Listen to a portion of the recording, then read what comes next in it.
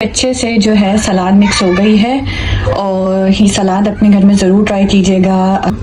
आपके सामने फिर हाजिर हो गए हैं एक ज़बरदस्त सैलड लेके। और ये सैलड ऐसी है कि किसी भी दावत में आप जो है या किसी भी खाने के साथ वैसे घर में आप आराम से बना के खाएं और बहुत ज़बरदस्त ये लगती है।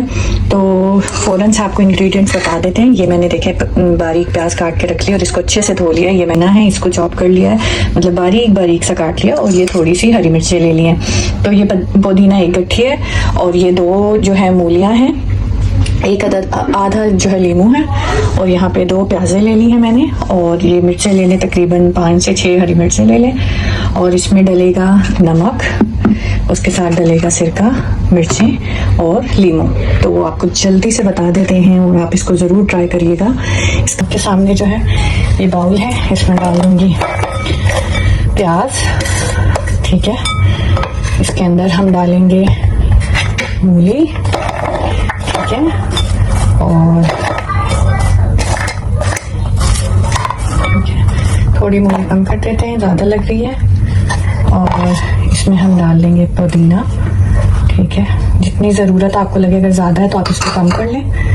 और इसमें हम डाल देंगे हरी मिर्चें, और ये हरी मिर्चें। और अब इसको अच्छे से पहले मिक्स कर लें ऐसे ही, ताकि आपको अंदाज़ा हो जाए कि अगर कोई चीज़ कम है तो हम इसको और ऐड कर देंगे। ये देखिए, ठीक है। अच्छे से इसको पहले धोना है, उसके बाद अच्छे से मिक्स करना है। इसमें पुदीना थोड़ा सा और डाल देती हूँ मैं, ठीक है, कम लग रहा है मुझे।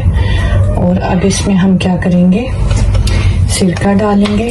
तो सिरका मैं अंदाजे से ही डालूंगी, तकरीबन समझ लें कि मैं ये जो 2 से 3 बड़े खाने के चम्मच जो है वो सिरका डाल दूंगी, क्योंकि हमने लेमन जूस भी डालना है।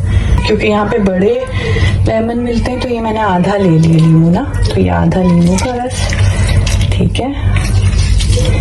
ये अच्छे से निचोड़ देंगे और इसमें हम डालेंगे नमक। आप इसको चम्मच से भी हिला सकते हैं, लेकिन हाथ से जो आप हिलाएंगे ना तो एक एक जो है वो चीज़ जो है उसमें अच्छे से रच बस जाएगी। और मिर्चें भी मैं जो है अंदाजे से डाल दूंगी, तकरीबन 1 टीस्पून में डाल दूंगी मिर्चें, किसी मिर्चें पिसी लाल मिर्च, ठीक है। उसके बाद अगर मुझे लगेगा कि ये थोड़ी कम है तो मैं और डालूंगी, लेकिन इसको हिलाऊंगी मैं हाथ से ही, क्योंकि उससे मुझे लगता है कि अच्छे से इसमें हर चीज़ जो है वो रच बस जाएगी अच्छे से। और जितना इसको टाइम जैसे रखा रहेगा ना, और इसमें से जैसे ही पानी निकलेगा सिरके का और ये वो, तो ये और अच्छी होती जाएगी बाय द टाइम। फिर आपको इसकी फाइनल दिखाती हूँ।